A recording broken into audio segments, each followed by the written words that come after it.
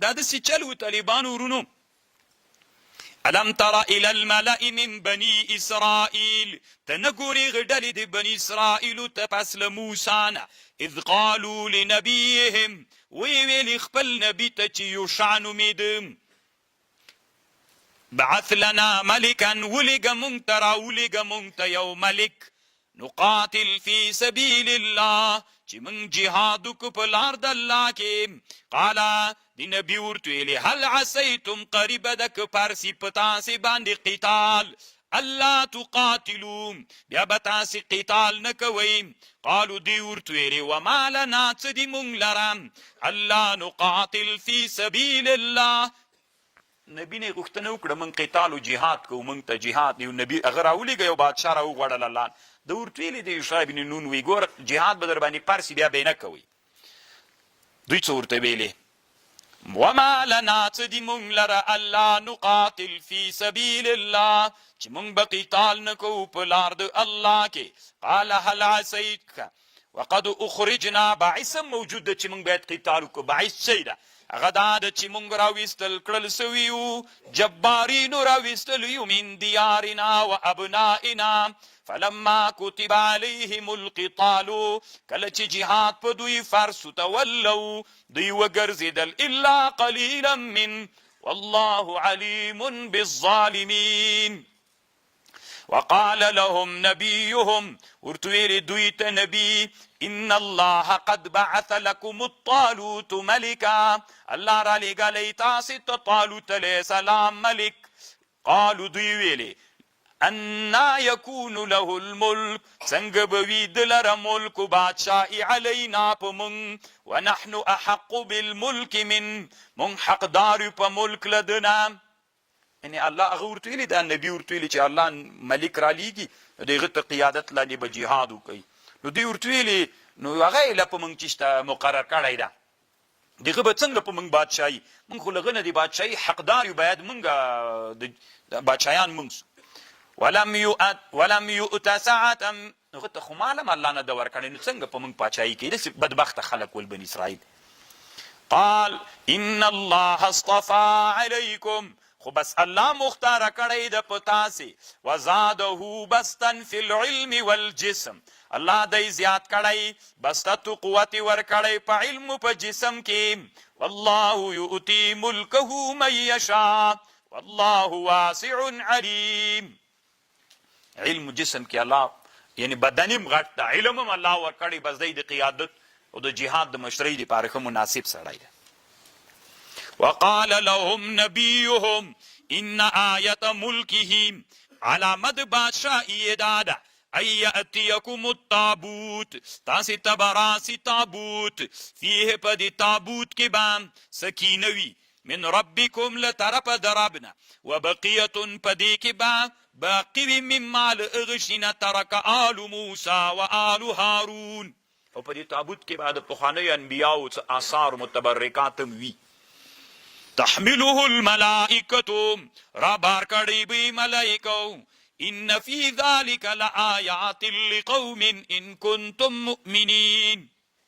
ګوره څومره ښه نښه یې ورته ویلې، تابوت به ملایکو را بار کړی، دا یې نښه ده، او د ده مخ ته به یې کېږدي، ستې به تاسې اطمینان په دې سړي باندې راسي چې دا د الله رښتونی ملک ده. دوی بیا د دې هغې اهانت هم وکړه د تابوت، او دا عمالقه او طالبانو مخکې دا د بني اسرائیلو سره و دا تابوت، بیا دا تابوت عمالقه او له بني اسرائیلو نه وړی و. فلما فصل طالوت بالجنود، کله چې جدا طالوت علیه السلام له خپلو لښکرو سره له بیت المقدس نه، قال ویلې ان الله مبتلیکم بنهر، الله امتحانوي جهاد ته طالبانو د عمالقه او جهاد ته دوی روان سول جبابیر. نو دلته طالبانو دې ته نهر اردن وایي، دې نهر باندې تیرېدل، دا مخ ته را روان وو.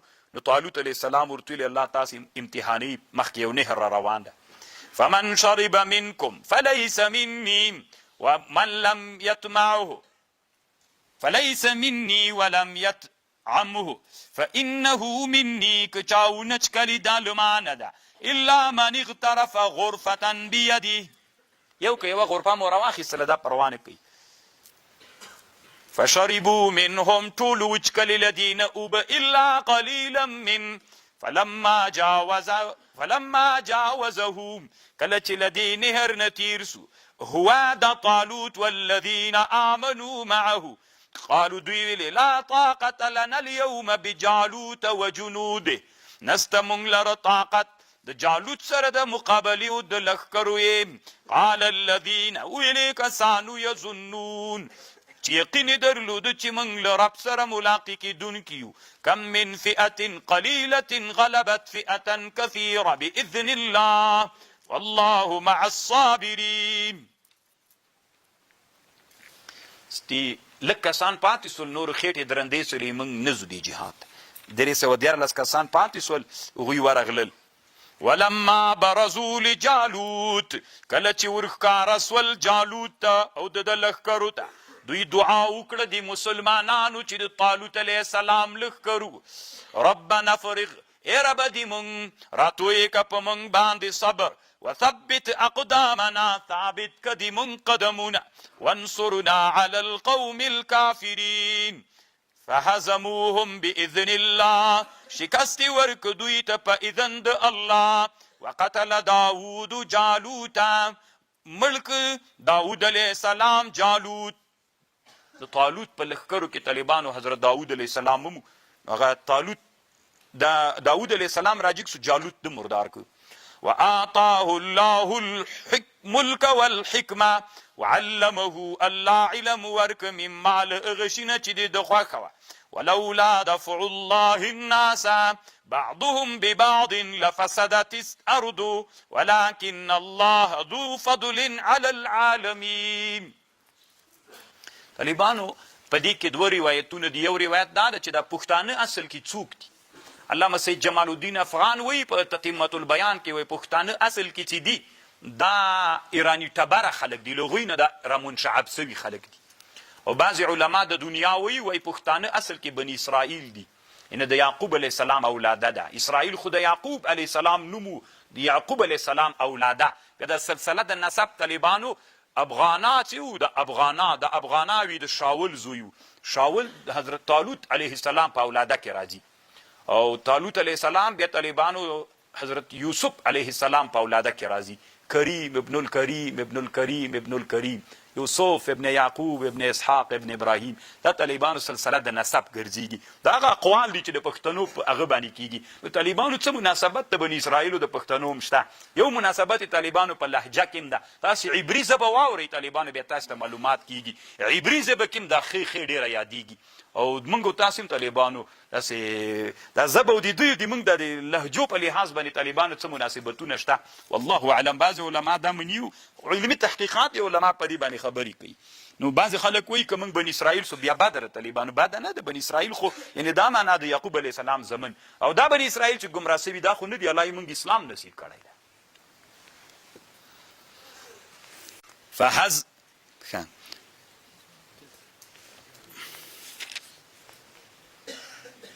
بیا طالبانو تفسیرونو کې نورې خبرې هم شته بیا چې کله د بادشاهي داسې یو شی ده، کله چې بادشاه سي هلته ټول په یول دښمن راټولي، بیا چې بادشاهي ته راورسېږي بیا خپل منځ کې سره ښه نه سي.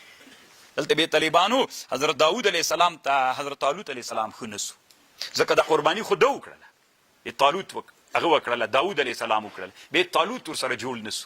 بیا طالبانو د مرګ ارادې کولې چې داود علیه السلام مړ کړي. تفسیرونو څه خبرې بیا نقل کړي طالبان.